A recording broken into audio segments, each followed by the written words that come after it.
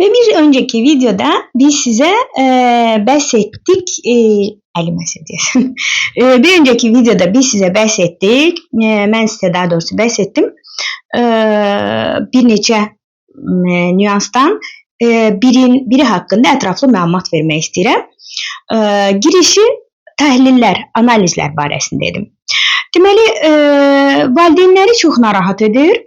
Mən uşağımı analizə gətirmişəm, mütləq səhər verməliyəmmi, ac verməliyəmmi, susuz verməliyəmmi? Bu sualların birinin cavabı net olaraq yoxdur. Bu hansıdır? Susuz.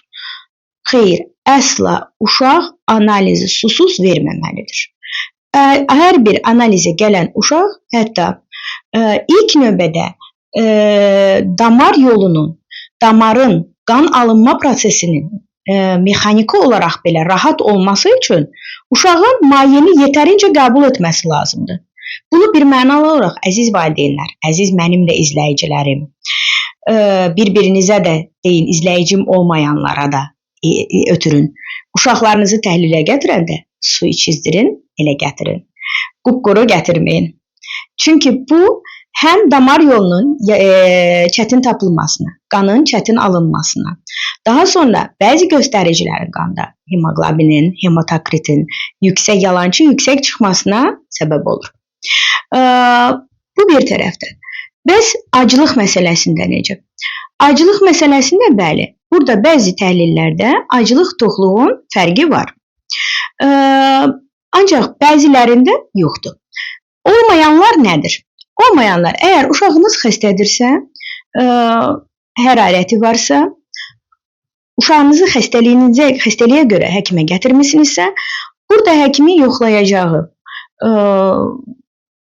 qanın ümumi analizi, leykoformula dediyimiz analiz, eritrositlərin çökmə sürəti, CRP dediyimiz analizlər, yəni inflamasyonu göstərən, iltihabı göstərən təhlillər üçün aclıq və ya toxluğun önəmi yoxdur. Lakin bəzi analizlər vardır və yaxud da günün hansı saatında alınmasının önəmi yoxdur. Bəs hansı analizlər üçün aclıq, toxluq önəmlidir? Qan şəkəri üçün, təbii bunu artıq hər kəs bilir, qan şəkəri üçün önəmlidir. Lakin qan şəkəri üçün önəmlidir, qanda insülin dəyəri üçün önəmlidir, Humayr indeksi üçün önəmlidir. Lakin 3 aylıq şəkər dediyimiz glikohemoqlobin üçün aclıq önəmli deyil və yaxud da günün səhər olması önəmli deyil. ALT, AST dediyimiz və bilirubinlər, ALT, AST qaraciyər sınaqları üçün, bilirubinlər üçün acı olmaq önəmlidir. GGT dediyimiz dəyər üçün önəmlidir. Ancaq börək testləri üçün çox önəmli deyil. Yəni, yüngül bir kahvaltı sonrası təhlil baxıla bilər.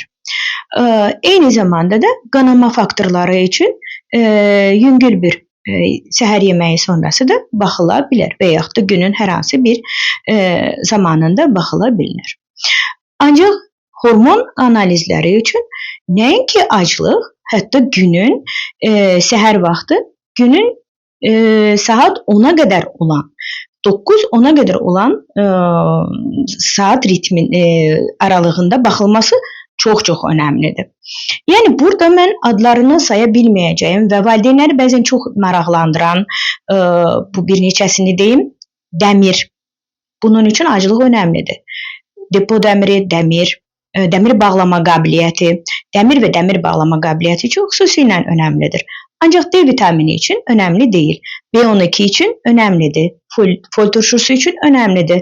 Dediyim kimi, D vitamini üçün aclıq, toxluq və günün saatı önəmli deyil və s. və ilaxır. Bunlara təbii ki, həkim qərar verir, hansı vaxtı götürmək lazımdır və hansı vaxtı, hansı analizi götürmək olar. Sizdə burada gözləntimiz nədir? Biləsiniz ki, əgər uşağınız xəstədirsə, bir virus infeksiyası üçün və yaxud da hərarəti var, həkimə müraciət etmişsiniz və xəstənin o anki vəziyyətini, bədəndəki iltihabi durumun vəziyyətini yoxlamaq üçün həkim sizdən analiz tələb edirsə, Bunun üçün aclıq və yaxud da toxluq, günün saatı önəm daşımır. Yəni onun üçün o sizin təhlil sonucunuza heç bir təsir göstərməyəcəkdir. Və burada bir də nəticəyə bir CD analizinə də toxunmaq istəyərdim. CD analizində də, CD ümumi analizində də yaxşı olar ki, səhər saatlarında ilk sidik baxılsın. Ancaq yenə də sidikdəki leykosit sayısının təyinində çox da səhər və yaxud da günorta, axşam saatlarında götürülən dəyişmir. Amma digər parametrlərdə əlbəttə ki, səhər sidiyi daha çox labüd olandır.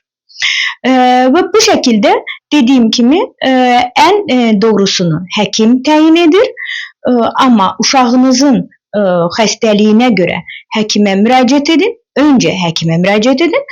Geri qalan qərarı da analiz lazımdırmı, deyilmi, vermək olarmı, olmazmı, ona həkim qərar versin. Amma sizdən tələb edilən və mənim şəxsən çox istədiyim və xəstələrdə bunun əksini çox gördüyüm xəstələrə analiz götürüləcək olan xəstələrə özəlliklə su içirtmədən təhlilə gətirməyin. Bol-bol maye içirdin gəlin. İşinizə yaxşı baxın.